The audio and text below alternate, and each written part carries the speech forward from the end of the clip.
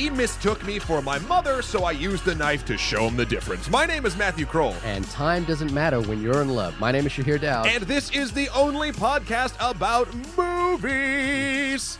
Specifically? Cold War. Cold War.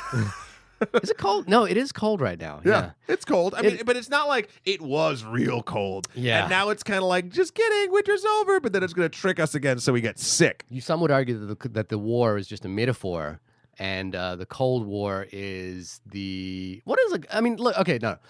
I know what a Cold War is in principle, but it's basically a war of politics, a war of politics and economics, right? Yes. Where there is no shots fired. Yes.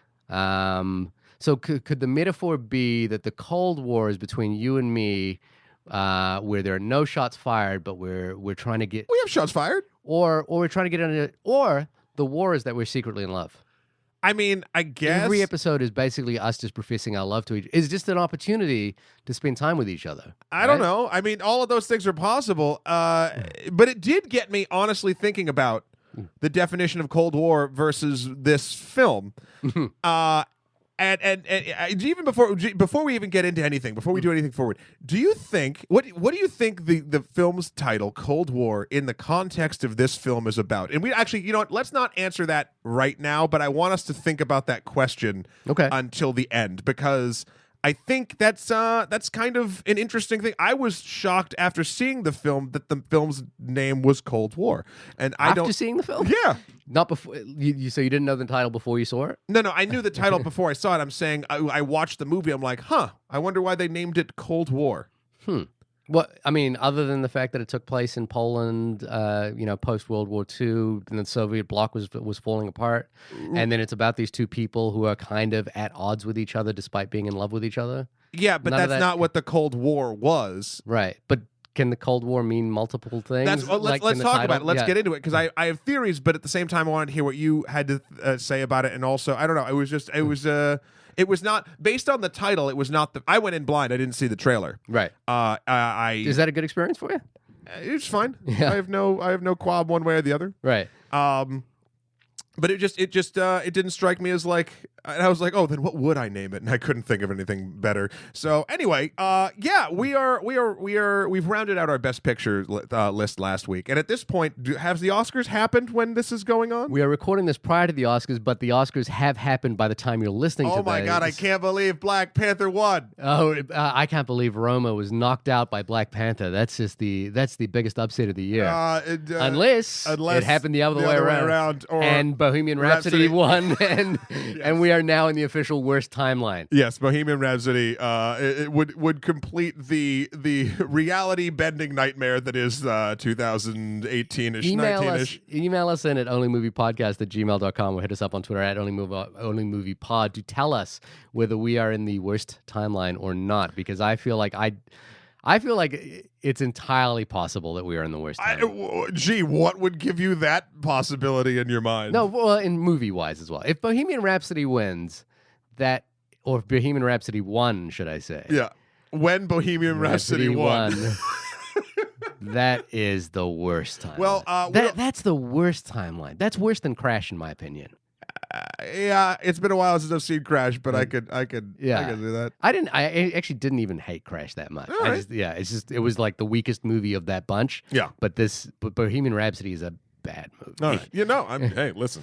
This was an interesting one because I had seen Pavel Pawlowski's last film, Ida, which is just absolutely gorgeous. That's a movie I went into absolutely blind. I just heard kind of good things about it, but walked into a theater and said, and what's funny is I took two friends of mine who I know would not like that kind of movie, but I was like, look. But you said, fuck them. I said, fuck them. I'm doing this anyway. I don't care if we're not friends after this.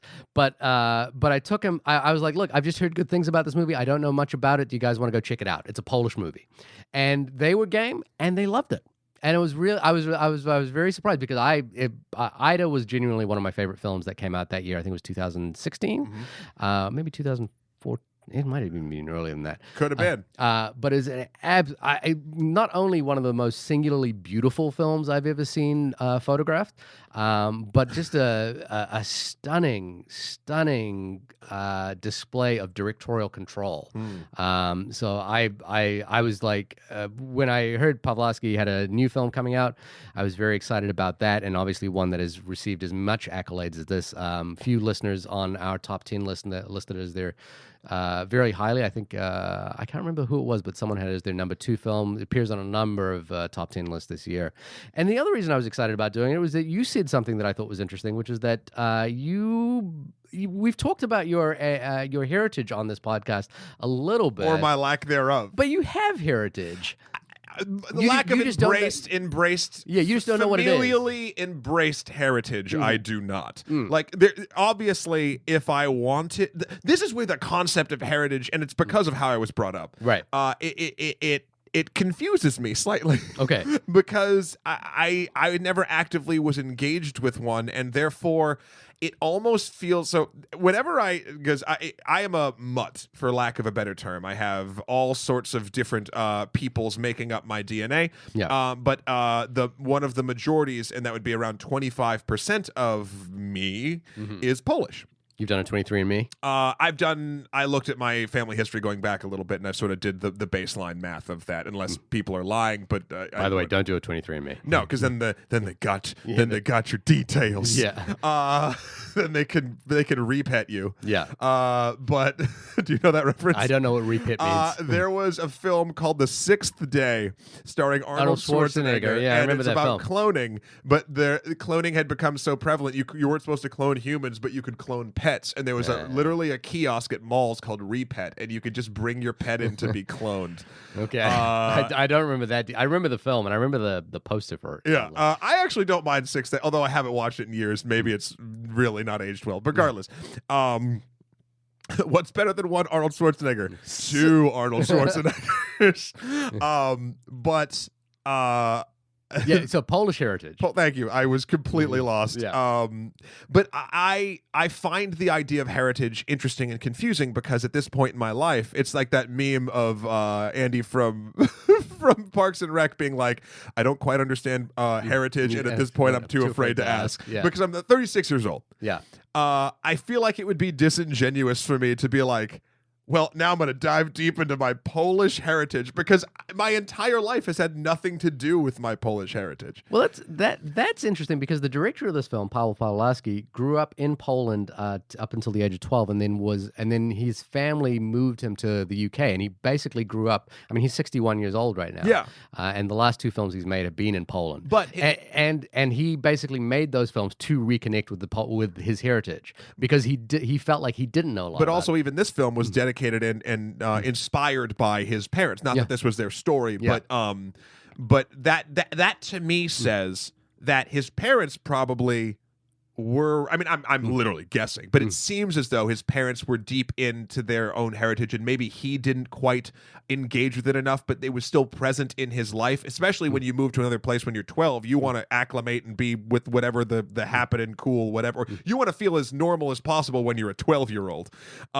So I mean, that literally is how my life played out, which is that I was moved from country to country at the age of 10 to 12. And I mean, this is, I guess no, because I think that's relevant to the conversation. I know. About I was going to ask you the sort of a similar question. Well, I'll finish my thought and then I'll just get into that. So I was very whenever something is distinctly Polish, especially in the last couple years, because literally the one connection I've had to my heritage previously, before adulthood or before I was ever sort of thinking about it, was literally Polish jokes, like Polish stupid jokes, like the submarine screen doors or solar powered flashlights. Like that was my growing up, and I was like, cool, like, because they're offensive, but they're on the litany of racially intolerant things. I would say they're pretty low on the list, unless you're Polish, maybe. But I'm literally, I don't know. Anyway,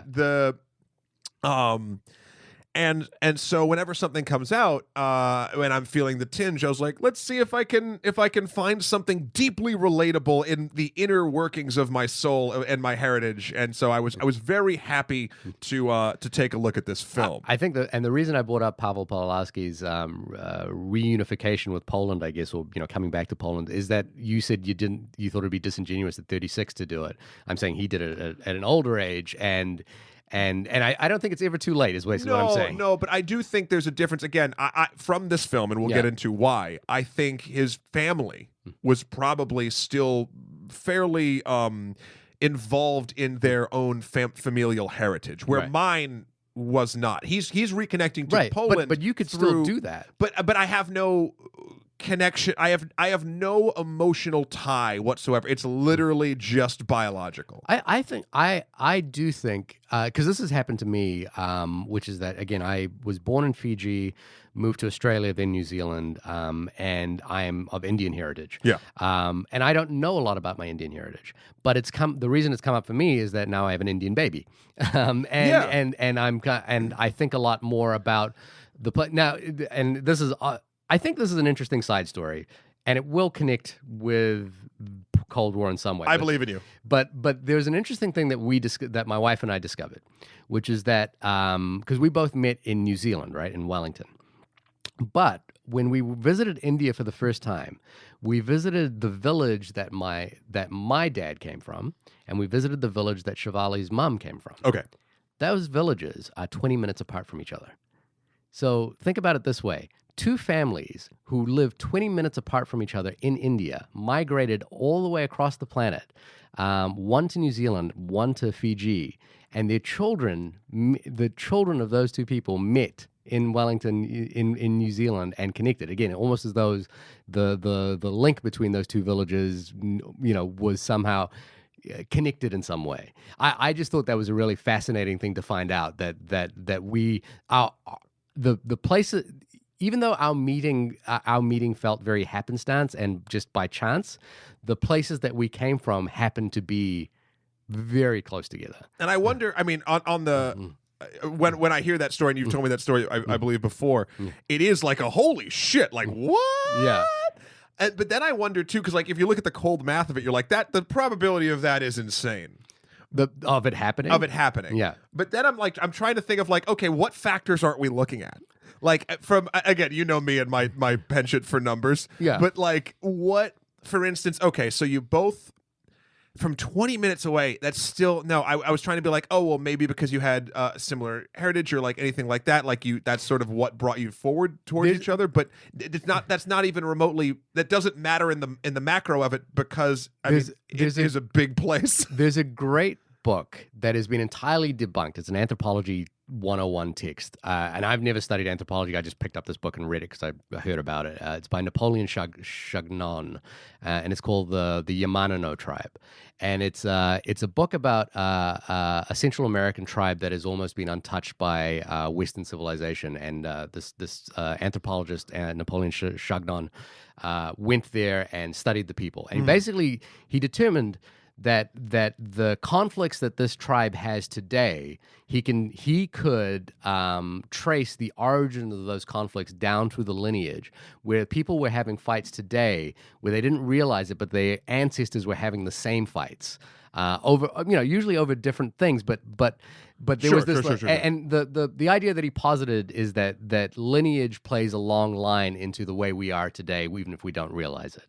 I think the study has been entirely debunked, and Napoleon Chagnon, Champignon, I can't even pronounce his last name, has been, the idea is kind of just one of those like interesting ideas like Freud, but not necessarily accurate. Not correct. But I think it's an interesting thing. And the reason why it's interesting is the formation of this film.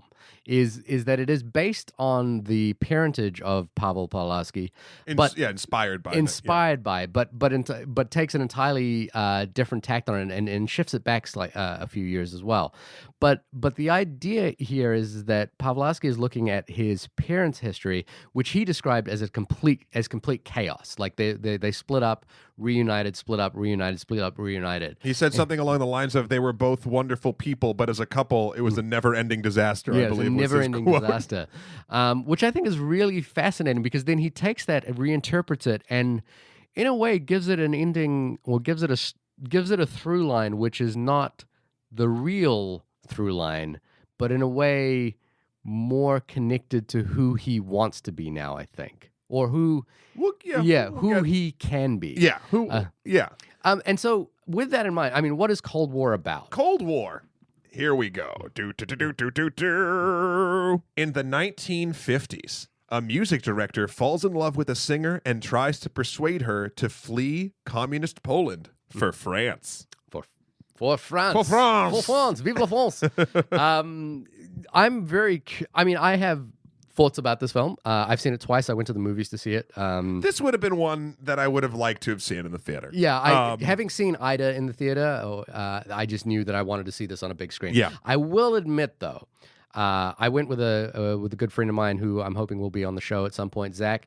Hi, Zach. And we went out for ramen beforehand. Oh, you lucky sons of And bitches. I had been dreaming, the side stories, I had been dreaming about ramen for like 3 or 4 weeks or something like that. And so I had ramen and it put me to sleep. And so when I watched the movie, I'm not literally to sleep, but I think my senses were all dulled because I was so loaded on ramen. Just sodium coma. So I'm glad I got to see it a second time because I felt like the first time I watched it, I was in a ramen haze and I was kind of like, I was just letting the film kind of happen, like as opposed to like really engaging with it. Critical eyeing it. Yeah. But I'm curious because of that question that you asked last week, or a couple of weeks ago now about your Polish heritage. How you felt about the film, seeing it for the first time? Here's the deal. This is terrible. First and foremost, straight up, I really enjoyed this film. Okay. But I did not have a connection. I did not have a meaningful oh my god moment with my heritage from it at all. Okay. Even the music? No, I'm too far away from it. Like Because I had a meaningful connection with the music in this movie. I didn't. Really? Not that it was bad. It served the exact narrative purpose it was supposed to for me. And then, of course, when Stalin comes and mucks it up. Yeah. But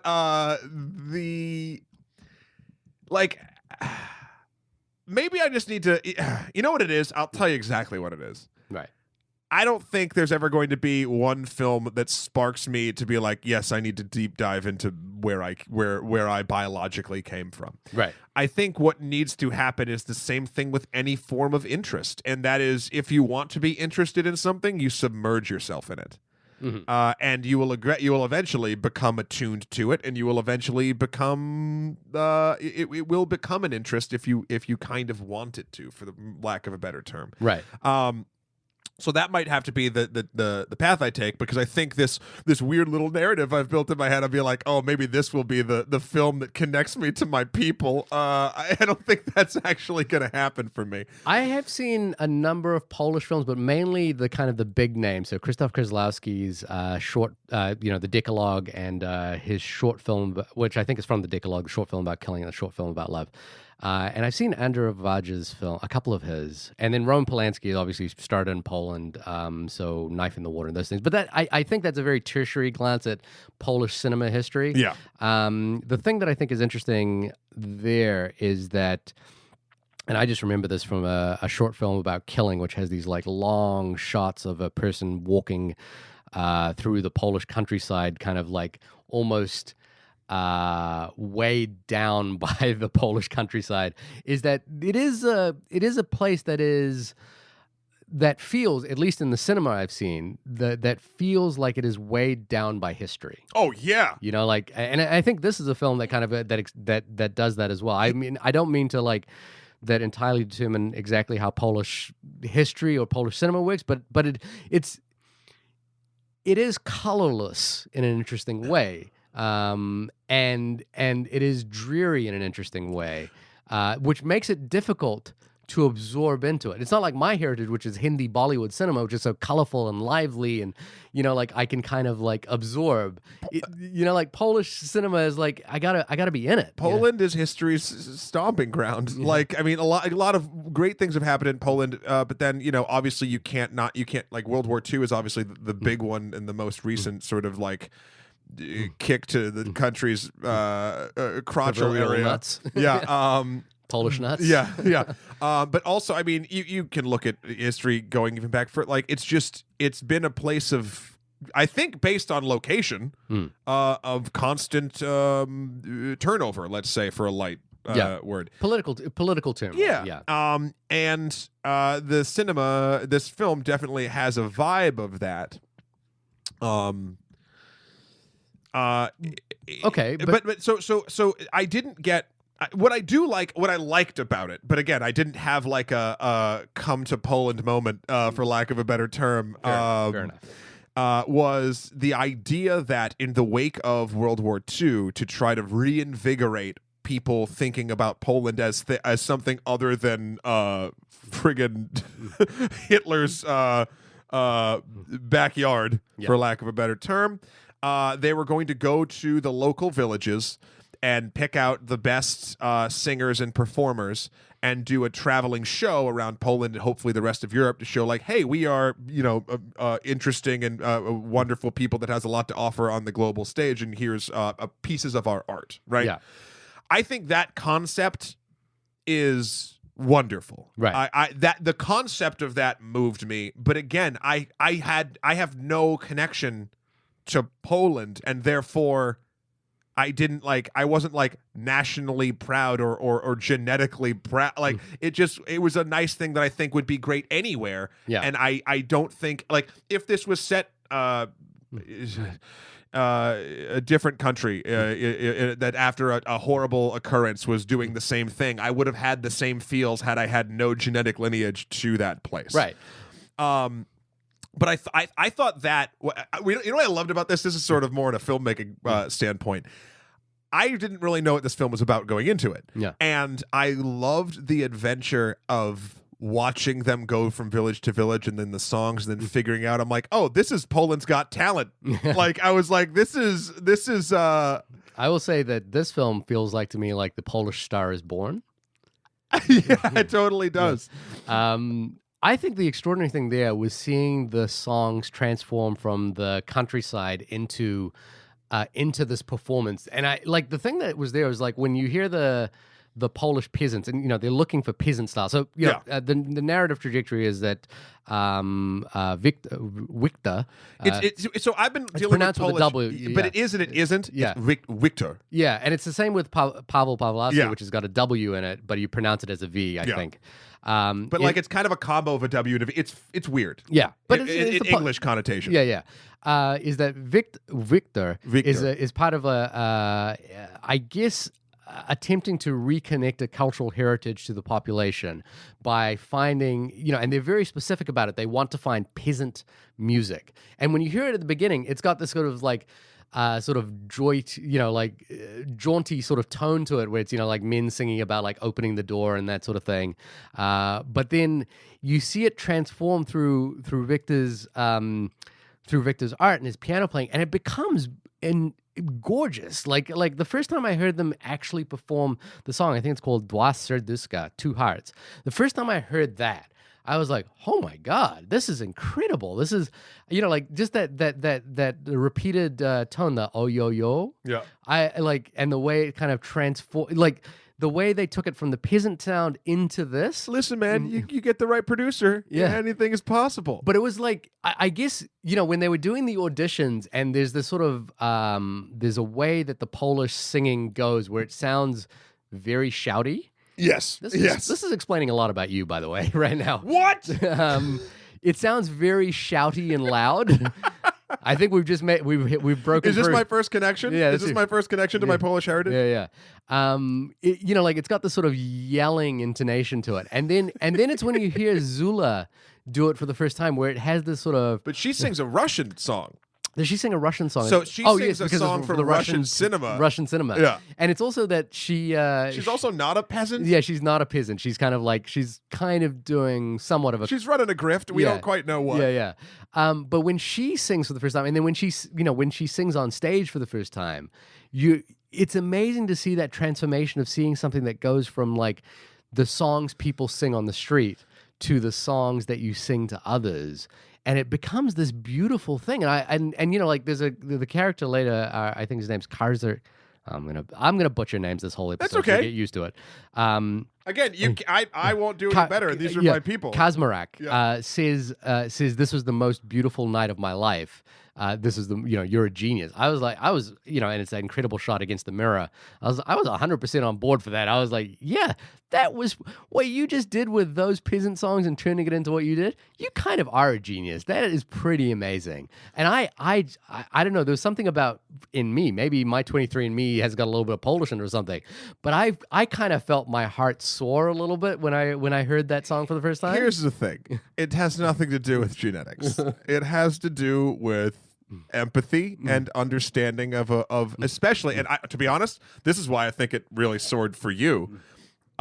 You are an artist, and the idea of something beautiful being created by someone else, even a character whom you seem to, if not even like, just sort of like you always like that feeling, and you'd like it in someone else because you could sort of use it in your own. You hope, yeah. So, like, I would argue that the genetics of your artistic endeavors is what pulled you in that direction. Actually, and I will say just a little backstory. I'm reading a book called "The Joke" by Milan Kundera, which is about a Czechoslovakian person who's exiled from the Communist Party, and there's a lot in that book about Moravian music, which I think is the similar cultural heritage to the Polish music that's in here. So I think I was kind of like prime because I was reading a lot about it. I see. But there was something about seeing her perform and seeing the dance, and it was all coming together. And I was like, oh man, I'm in this. I want to go see some more Polish music, like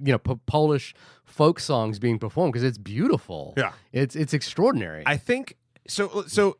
Even getting a little bit, we jumped over sort of a major part, and that is Victor and Zula have a bit of an affair.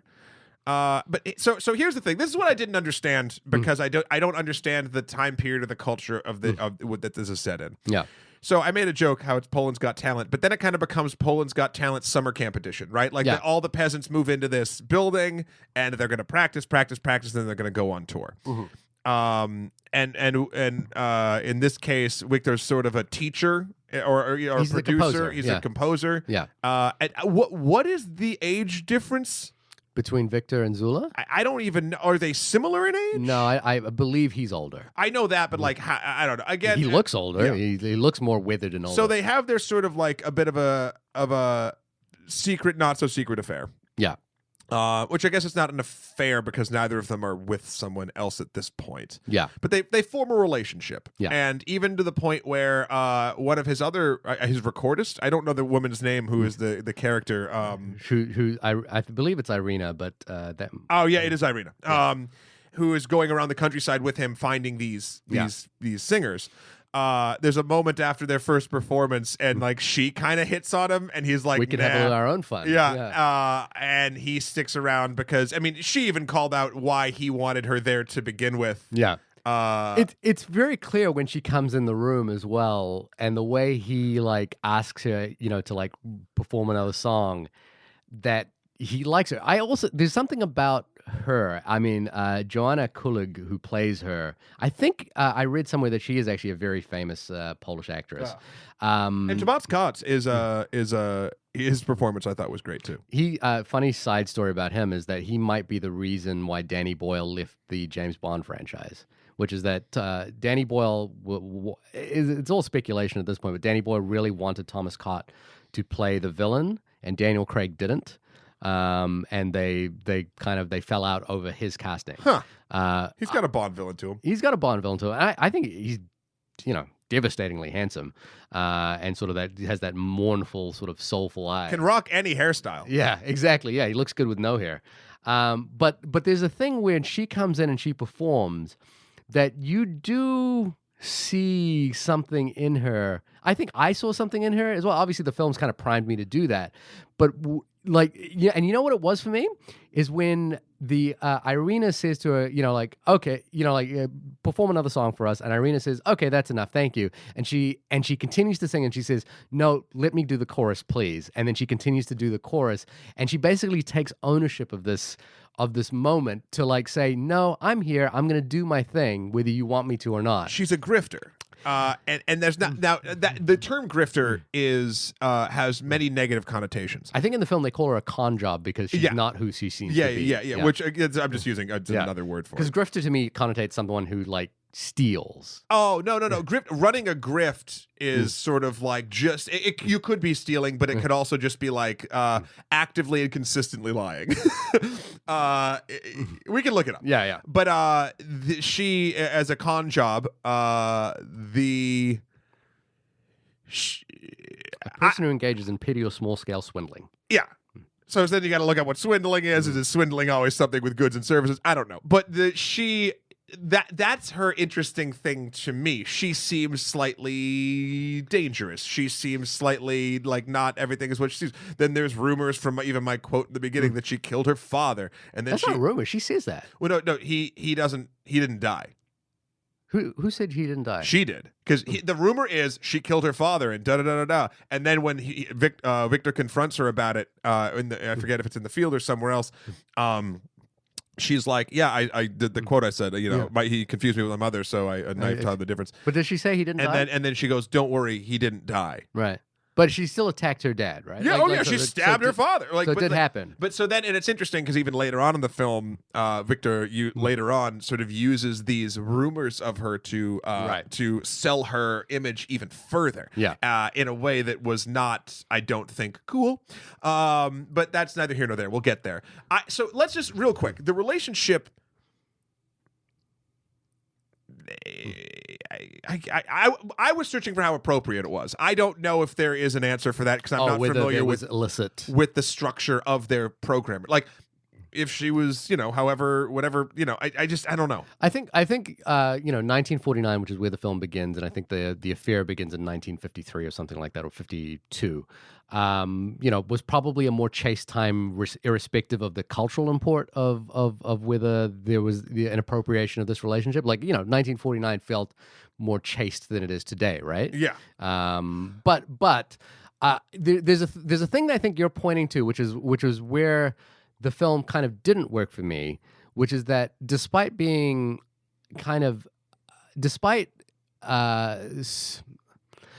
film having high stakes in terms of what this relationship means, like traveling back and forth between these two countries, defecting away from these countries, in a way, life or death, in war-torn Poland, going back to Warsaw where the Holocaust has happened, so the sense of life or death. And we just reviewed the death of Stalin this year as well. So the idea that like defecting away from communism has a life or death stake.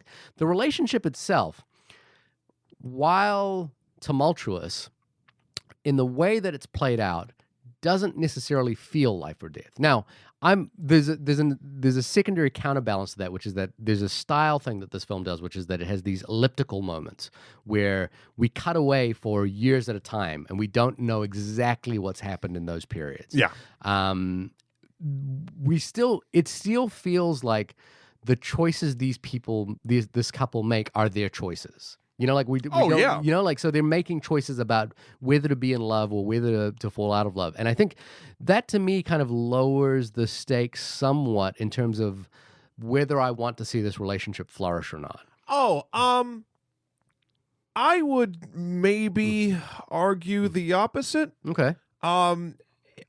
Maybe it's not the opposite. Maybe it's just sort of congenital or something. I liked that the big stakes, communism, the remnants of the war, like all that stuff, moving back and forth between countries. Yeah. Those were a larger than life backdrop that not one person could fully understand really in the time period that they were living in their state or where they were in society. And only we as an audience can sort of look at it from a bird's eye view. Yeah. I really liked that as a backdrop, and I really liked how it focused down on these two characters. Now, you used the term like the stakes didn't feel high. I think the backdrop, I think the stakes are high, but they don't feel high for these two characters, even though they are. I thought they felt high. I think something this might work into that. Something I loved about this relationship, past the maybe problematic person in power who can give you a job getting in a relationship with you. Sure. If you get past that, we're far from the shallows now. The relationship that comes back and forth, even though it's tumultuous and they, have multiple ups and downs, felt entirely real and not movie real. Yeah. Yeah, that's true. It felt like these two characters felt human, and that was, I think, what really took me about the entirety of this film. And I don't know if every other character in this film does, because they obviously don't get enough time. Yeah. But these two characters felt like they could have just been two absolutely people that existed. I never felt like anything was contrived. I think the mechanic that you discussed about the film jumping actually really helps that, and helps you sort of, any problem you could find with that is easily sort of swept under the rug of, well, that's years. Like, it doesn't, like, our brain will fill in the gaps. And then I think it's a powerful tool. I think it's amazingly, it's smart as fuck.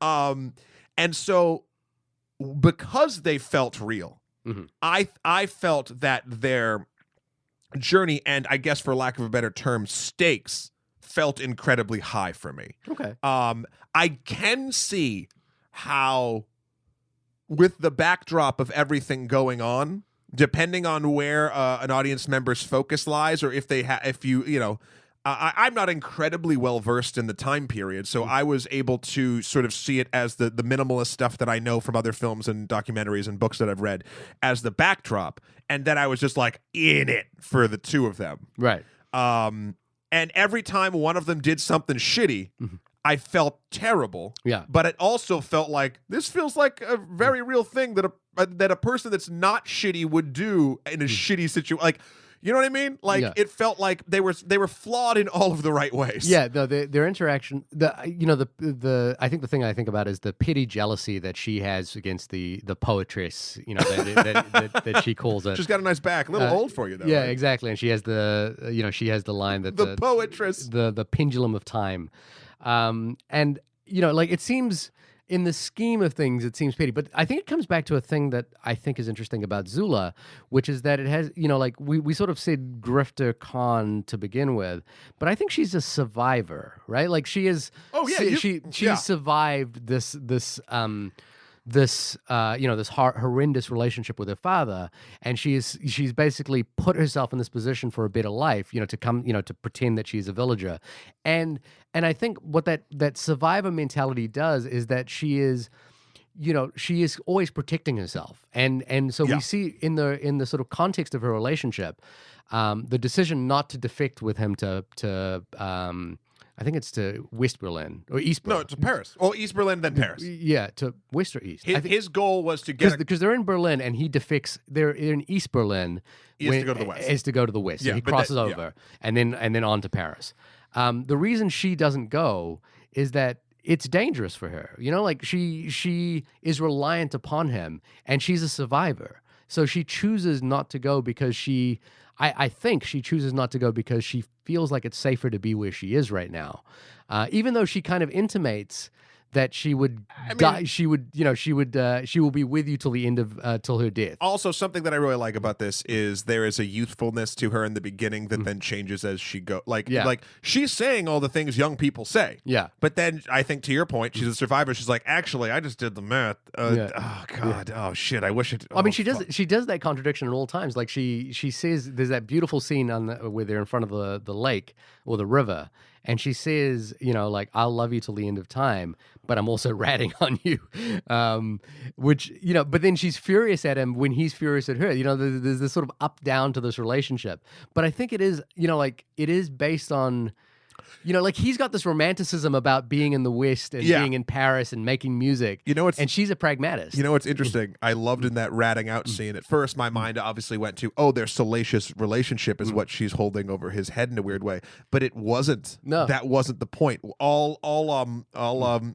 Karsmak wanted to Marek wanted was to know if he was leaning what his towards... ideological point of view was. Exactly. And I was like, whoa. See, and I mean this in the book I was reading, the joke that was the thing that jumped out at me the most, is like how dangerous it is to not follow the party line. Well, yeah, I mean, it even goes back to they were having the meeting to get funding for their thing. And I thought this was hilarious and terrifying. Was like, oh, well, your show's great. And this is, I mean, not to the scale of life or death as this sort of time period, but you and I have both been in meetings where it's like, we love everything you're doing. It's so cool and it's great. And you're really changing the paradigm and blah, blah, blah, buzzwords. But we really need you to mention Doritos 9 times. And you're like, well, this is...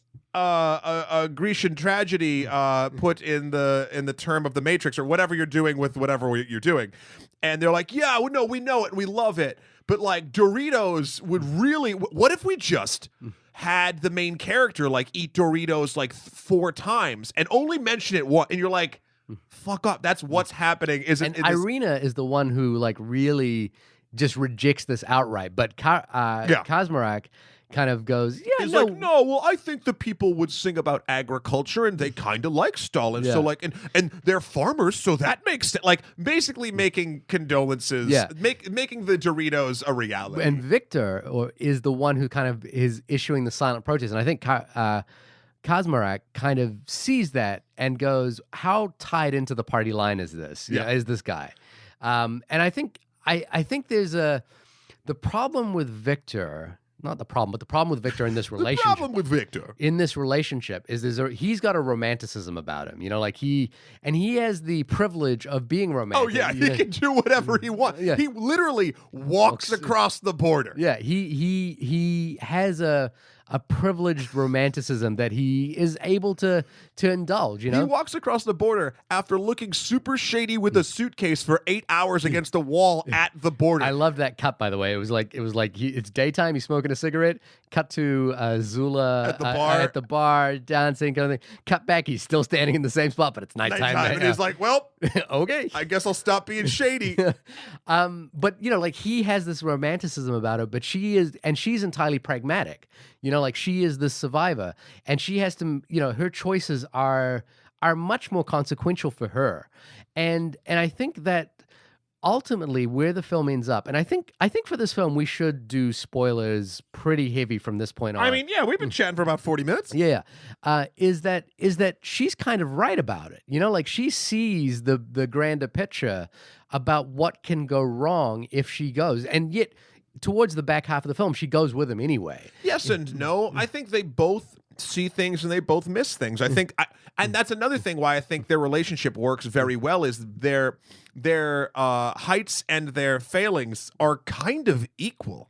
Yeah. They're different. Yeah. But I couldn't tell you, I couldn't say with a straight face that like, oh, Zula was correct more than Victor was, or vice versa. Like it depends on when and where they're talking about and what's going on. Now, you could argue that Zola is way better at maneuvering in the system than Victor is. Yeah. Because obviously by the end, I just think she's not a romantic about practicalities. Oh, I agree with that 100%. Whereas he is. But like you have to look at like the all of the different pieces between how they maneuver through the world. Yeah. She grifts or she sort of falsifies her way to survive. Yeah. He uses his points of privilege to sort of move unfurled and can use that to the advantage or disadvantage of her. And then, and both methods, one way or another, catch up to them. Because while she is never caught for grifting, she, by the end of the movie, has to do some pretty crazy stuff to save him. And while he listfully goes back and forth and kind of does whatever he wants, that catches up to him when he finally chases her back to Poland because he's a deserter. Yeah. So it's funny because the scene where he comes to visit her in Yugoslav, he comes to see the show in the Yugoslav, and I think he just wanders in going, "Oh, nothing bad's going to happen." You know? And, I guess he's right. He's a citizen. He's a Parisian citizen. His privilege is all over that shit. But then, I think that sequence is amazing where they're performing in the Yugoslav and, Karamazov, oh God. Kazmarek kind of, says, "Oh, where are you sitting? Would you like to sit in the VIP booth?" And he sits right in the middle so that I don't know if it's because she can see. Totally because she can see. And then when she sees him, I used to date an actress. I did that. The look on her face, like the how much it disrupts her is kind of amazing, because she's giving this beautiful performance, and then she spots him, and it's all over from that point. And then I love this moment where he looks to his left and he looks to his right, and he's like, the gig is up, and Warsaw is the Paris of the East. Yeah. I think he strolls into that situation unnecessarily, but the reason and he's romantic about it, is that his love for her is profoundly. He needs her in a way that I don't think even he can explain. Because he doesn't, ultimately, he could just move his life on. Irina is kind of a better choice for him, oddly. The poet is probably a better choice for him. But, there's a moment at the end when he's been in prison for 15 years, his head is being shaved, and, she comes over for, that sort of seemingly conjugal visit. And she did bring a tin of money. Yeah, the way he looks at her and in his performance is just this this sort of fatalistic need. He just needs her, and it's kind of incredible to watch the way that performance kind of tells that story. It's so tiny. His glances are so small, but he just needs her. And I think she needs him as well, but she's more willing to reject him outright. You know what I'm kind of seeing right now, and I'll say this, and maybe I'll back it off. You tear this down if you can, because I don't know if it's correct. This is the the only acceptable version of the Manic Pixie Dream Girl tale that I could actually think of at this point. So the Manic Pixie Dream Girl is the idealized version of a girl who is introverted, right? Well, so maybe this is the thing. It's a quirky girl or a different girl that fixes a man's life through interacting with it. Right. This is sort of it doesn't. She has her entire. I know she has obviously pathos and drive to this, but for instance, this is what let me rephrase then. This type of story is the type of story I want Manic Pixie Dream Girl stories to be. Right. And they're not. Right. That's I think what I was sort of going for a little bit more. They both have such agency, but in different ways that balances out. Yeah, incredibly. And so this is sort of what I wanted to get to, especially when he goes back to just sort of get through it in case you haven't seen it for whatever reason. Multiple things happen where they get together, they come apart, they get together, they come apart. And most of the times when they come apart, it's either her not going to a place they need to go to leave or her running away. There's two sort of specific times for that. Yeah. And on the time where he runs away after they've been successful, but he becomes a little bit of a little bit more he's oh, my life's figured out now. I got my girl and now we're going to make this music and I'm going to make deals and this sort of thing. And he becomes, I believe she calls him out and says you're less of a man than when you were in Poland or whatever. Yeah. So she goes back to Poland. Yeah. He breaks down and is like, no, I need to go get her. And then it turns out after one of those time jumps, they catch him and they throw him in prison for 15 years. Yeah. But he makes the conscious choice because he goes to the Polish embassy. Yeah. And he's like, I want to go back. And it's and the guy at the Polish embassy is like, why would you want to leave this? What reason would you want to do? And there's that amazing sequence where he breaks down while he's playing jazz piano and everyone just kind of stares at him. Yep. I was that was real good. Yeah. But so the thing so they both do selfish things for one another and each other throughout the movie. Yeah. But the two unselfish things and they each do one, in my opinion. Well, and again, I'm going to say unselfish things for the other person. Right. Okay. So because we could argue that everything that they're doing can hurt other people around them very much. Yeah. He goes and he decides to go to prison to try to find her, kind of essentially. It's a romantic ideal. I would die for you. Yeah. She decides she needs to get him out of there, and the only way that she can do it is to work for I don't know, I messed it up. Kazmarek. Yeah. And not only that, like marry him and have a fucking kid with him. That scene baffled me. But she got him out. Yeah. And then she literally, and this is shitty for the kid. Yeah. She ignores him. She literally ignores him, and they run away. Yeah, it's that scene where she comes back from the Boingo Boingo dance or the Boingo Boingo song or whatever, and she just stumbles past her husband and child. And she's like, boom, nope. Yeah. So like there are these, and that's why I wanted to make it very clear. It was selfless for the other person. Like there's these two moments. It's not like. She's not being altruistic toward everyone, of course, because she's fucking over her kid. Yeah. But like she did an incredibly difficult, borderline sociopathic thing to save the man she loved. It's interesting because I feel like that could. So the other thing about this film that was like such a big selling point for me was like 88 minutes.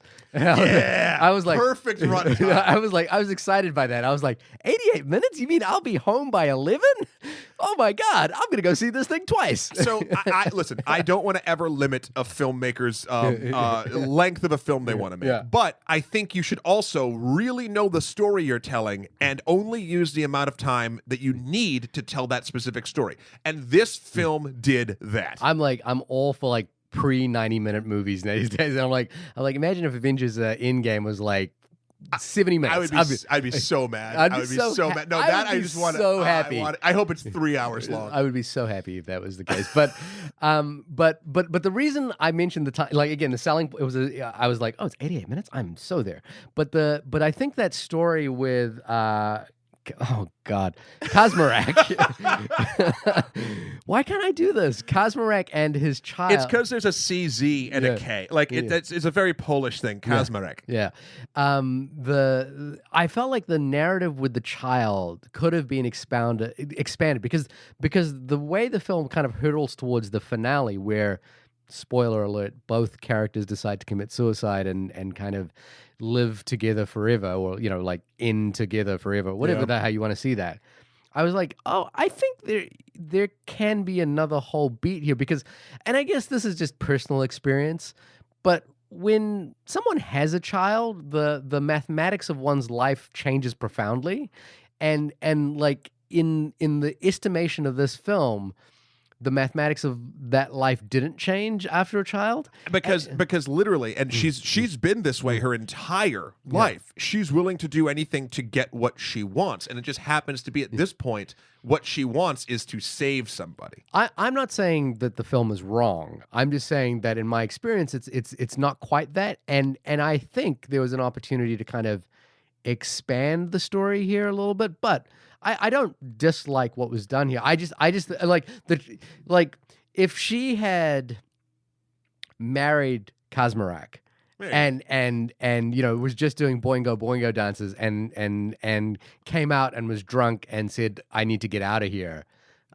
I like no issue. I get it. But it wouldn't have had the same A, character truth, and B, punch. Like I think it's just it's a heavier like weight to throw where you're like, well, that is a big weight to kind of like just kind of glance over. I think it is thematically the right way to go for the film, and also I actually really like that it wasn't a beat. It's meant to give you that gut punch of like, because before you're like, oh, she married him, she'd do anything. That's very generic rom-com-y.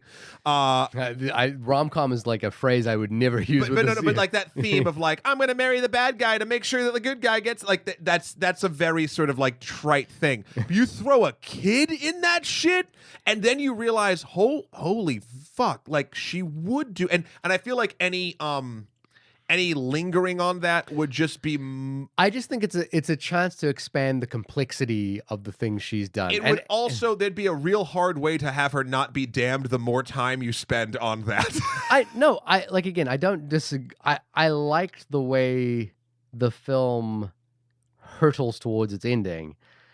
I think there was an opportunity to be more, and I think it comes down to that sort of question I had or that thing I said at the beginning, which is that despite the film being sort of set in the backdrop of a really tumultuous time where there are life or death situations, the characters feel like they're just making choices as freely as they would if they were living today. And I think it's not that the weight of the things aren't happening. It's just the way that the film kind of operates kind of feels that way to me. Now, I still really love the film, and I still think the film is really beautiful. I just, I wondered about the opportunity to expand the complexity of the push and pull between these two characters. I don't think I do disagree that they feel like they did it fluidly. I think the structure of the film and the time jumps might give the film overall a bit of that. It might be the case, yeah. I do not think what happens to these characters outside of some of Victor's privilege to sort of be able to do what he wants is at all easy or simple or convenient choices. And the one example of that I think is just kind of done so fluidly and kind of just brushed aside very quickly is that, Kazmarek? There you go. Kazmarek says to him, "Oh, are you going to get back into composing now?" Yeah. And he raises his hand. It's just beat to shit. And he's like, "Not really." And you're like, "Oh, like his life in prison not only, was a terrible life in prison, but it also took from him the thing that he is the greatest at." And it's just, like the kid, it's just kind of like, in fact, that one shot has so much like... They both literally sacrificed everything to be able to die together. Yeah. And now we talked about all the way to there. Yeah. The ending was fine. Yeah. And it was thematically correct. This is the complexity question. Well, no. Now, so it went from this is the only part to me that felt a little bit trite and less complex than the rest of the film. After that scene, when they go to the church that actually neither of them together have ever Kazmarek been went to. to. Yeah, Kazmarek went there. He peed near it. Yeah. They get insta-married or whatever you want to call it, and then they take drugs and they go sit on a bench. I do like the last shot. The last shot is beautiful where they're sitting on a bench sort of waiting to die. Then they're like, let's go over here. The view's better. They walk off frame, and I was like, that's pretty fucking good. But the concept of it. What if they weren't killing themselves? What if they were just taking a lot of LSD? They got real high. Yeah, they were just getting, we don't know. They could just be getting real high. It just, that felt to me a little, it escalated to a point of, I will use this term wrongly.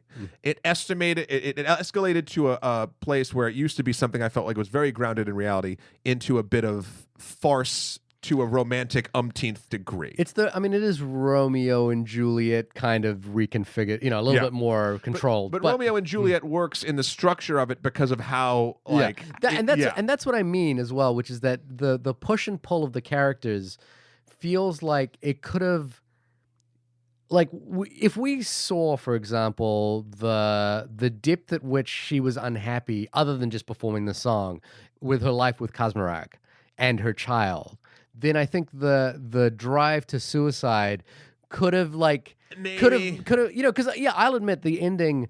And this is a funny thing, my ramen-soaked brain, I didn't even realize what was happening until it happened, because I just didn't... You're like, did they go get ramen? Yeah, no, and I just thought it was a beautiful ending where she was like, let's go look at it from the other side, and I was like, oh yeah, that's we're seeing things. Let's go look at it from the other side. And it was actually Zach who mentioned suicide at the end, and I was like, oh yeah. And I was like, the pills. I was just a ramen-soaked ramen. You're like, I didn't know why they ate all those Mentos after they got married. Is that a Polish thing? It actually, this sounds ridiculous, but I was like, oh, is that part of the Polish marriage tradition? And then you die. Going back to Polish jokes. Yeah. Wow. It didn't feel it wasn't the best ending, but here's what I'll say. I think it's a romantic ending in the wrong possible way. In the wrong possible way, but it did help with that sweet runtime. Oh my God, 88 minutes. I was like, I'm out of here. Yeah. No, I don't see, because I actually, I guess I love that it was 88 minutes, but I think it could have been longer to, and I've seen it twice now, and I felt that way when I watched it the first time, and I felt this way when I watched it the second time. This relationship has all the hallmarks of kind of the Before Midnight, or Blue Valentine, or I was even thinking of another film. Like Crazy, the Drake Doremus film with Anton. What is his name? He passed away. Anton Yelchin. Yeah. Yeah. Beautiful film about these people who are basically separated by borders and who like have to find ways to like come together. And I think it has all those hormones, but I think the runtime does affect it a little bit because the finale, it's not quite that it's not earned, but it does feel like there's more layers to this. But the other thing is the way that he set up the ellipses is that I can fill in the blanks, which is why it does. Yeah. Which is why it plays, even if it doesn't feel satisfying. Is that the ellipses that the film does gives me a sort of a language to understand what the depth of this of her sadness could be. It's just because I haven't seen it. So I think that the film works, even though I don't love where it goes. I mean, the ending is the end. The journey of this film is far more important than the ending. While me and endings, sometimes it can derail an entire enjoyment of a film. This was not the case. Right. It was on brand enough to be like, okay. And I understand now why you go to Doritos meetings, by the way. Yeah, it's on brand. And then they ate all these Doritos. Yeah. Well, this is a great plug-in for Mentos, by the way. Yeah. It is the Fresh Maker, the Death Maker. The Death Maker. I don't know. I think you could cut a great trailer for this as a Mentos commercial with the Death Maker. Full of life. No. I don't know. Overall, great film. You should go see it. No matter who you are, I think you'll enjoy it, even if this isn't sort of your normal cup of tea, foreign film, black and white, however you want to, play it in that. If you want to look at it in the most broadest of brushstrokes, I think it's awesome, and it was a real. Why is that funny? I don't know. It's just the way you're describing this like Polish meditation on life and death, and you're like, I think it's awesome. Is this something funny? I think it's funny. The story is awesome. Yeah. Did it connect me with my Polish ancestors? Absolutely not. But again, I don't think that's going to happen with one specific film. This is the second big major black and white film this year about memories and time in another country that's not America. And Yep. I think the interesting thing is that it's just because of the way you said foreign film there. I think that boundary is getting broken a little bit, which is why like Roma being nominated. Thanks, Netflix. Being nominated for Best Picture, I think is great. And this is an Amazon original. So even though it was released in theaters, not Amazon Prime yet. No, it will be released in Amazon. It will, but I like Amazon's model. I like all the models, but I do think that like the thing of like, here, we're gonna put this out in theaters for a month, and then we're just gonna give it to you if you're on that's cool. I mean, you're still paying for it, but I think they have a more traditional view of like how to win awards rather than Netflix, which is trying to change the award system. Netflix is shifting the paradigm. Doritos. The Death Maker. Jesus Christ. Hot flaming Doritos in a cold. Yeah. Was it not winter? I was going to say wintergreen Doritos. Wintergreen Doritos. Cool Ranch. Polish Doritos. What? Oh, okay. You could have like a tie in here. What are Polish sausage Doritos? I don't know. You lost me. Yeah. No. I do think this is a beautiful. I was definitely more taken by Ida. I think I felt that story had a sort of depth of complexity to it that was more effective for me. But for me, what Cold War did was the thing that the way that Cold War works best is in the music. Like seeing this love story explored through the way that song transforms throughout their relationship was very powerful for me. And what I love about this film is it's like the relationship in this film is played out visually and symphonically with the audio, with the music as well, and so the film is making you do a lot of work to fill in the gaps that I think are there in the film, but the gaps are purposely there to allow you to kind of fill it up with rich. And I think that's true. The thing is that I think that would be true for Paweł Pawlowski, who's remembering the tumultuousness of his of his parents, but doesn't know the exact details. He just knows these kind of like moments. Yeah.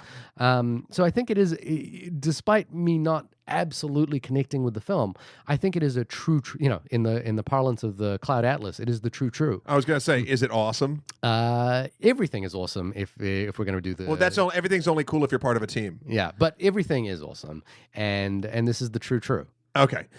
Two questions before we go out. Well, one's a statement that I wanted to bring up. The other one's a question. The music you brought up a lot, and I really appreciate that. I loved the chronology of the music. By the time we get to Rock Around the Clock, I was like, I see how we got here. Yeah. And that was very neat. Like, just no, because we went from Polish folk music from peasants, converting that into their own stage show, converting that into propaganda, converting that into sort of like loungy music, and it was just like the nice. But Rock Around the Clock is just It's American. Yeah, I understand that, but I'm saying like we see sort of like the way music sort of changed as the story is going, and I liked that. You know what I liked about that is that we see the freedom that jazz has for Victor's character. Like he sees that there's a rigidity to the world that he is kind of like building, and when he goes to Paris, it's like he embraces the world of jazz. Do what he wants. Yeah, and it's like he's like a regular Ryan Gosling. You know, one thing that I thought was really cool as well. I was like, in the movie Green Book, you can tell when they do a face replacement for Mahershala Ali to like do a piano player. Like it was like very, very obvious. Listen, star callers are VFX workers' best friends. But I didn't. Yeah, I was like, it was very noticeable to me. Whereas this one, if Thomas Cott can't play the piano, and this is a composite, I don't believe it's a composite, or it's a sort of a trick shot or something like that. It's incredible because there's a couple of shots where we go up from the piano to his face, and the way he's playing the piano, I was like, this guy's a virtuoso. Maybe he knows. Maybe he knows how to play the piano. That great. So I was just seeing real piano playing. Yes, was kind of amazing, and I think she's singing as well. Yeah. Blows my mind. Yeah. So last question to you, kind of going back to the beginning of this podcast. What do you think the meaning of the name of this film is, and does it fit? So I know we don't like to do this, but I'm going to call out the song that we're going to use on this episode, which is Kia Victoria's song "Cold War," which is Spotify pointed it as my like favorite song of 2016 and 17 is the song I listened to the most. But the Cold War to me is this relationship. The Cold War is the push and pull between not just ideology, but the things we will do for each other that Victor and Zula have to do. And I think it just happens to layer up against the fact that there is a Soviet Cold War period. So I had no issues with the title at all. I think it was if anything a little too obvious, but I can see that. I don't know if that's the best explanation that I've read or heard so far.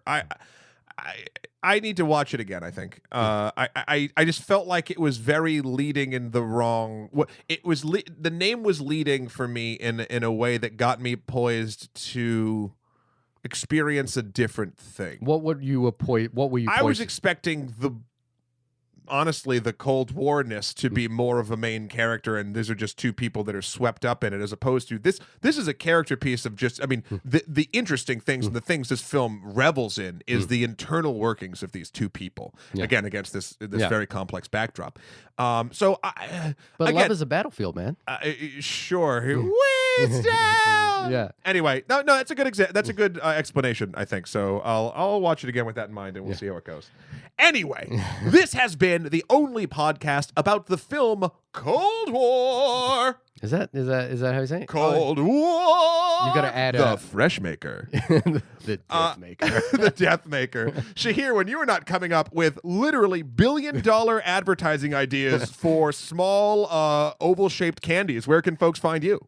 Please don't consume too many oval-shaped candies because it'll lead to death. Apparently, you can find me consuming too many oval-shaped candies. Ramen flavored. Yeah, ramen.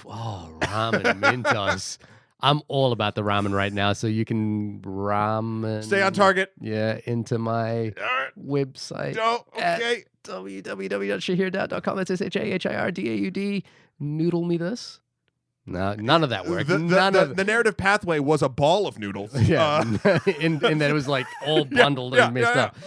Matt, when you are taking part in a Cold War between you and I, which is what this podcast really is about. I'm just stroking your leg under the table here. Where can people find you? You can find me engaging in 50% of our own personal Cold War at matthewkrol.com for my life and works. Also, Skeletor, the number 4, PREZ on Instagram, and Emperor MSK on Twitter. And of course, please check out Extra Credits, all of the good work that everyone over there has been doing. We've been dropping some fantabulous episodes. I think by the time this comes out, we'll be 2 or 3 episodes into the Irish potato famine. Okay. Two things have happened. One, got really into that historical period. Yeah. 2, I eat baked potatoes for lunch every day now.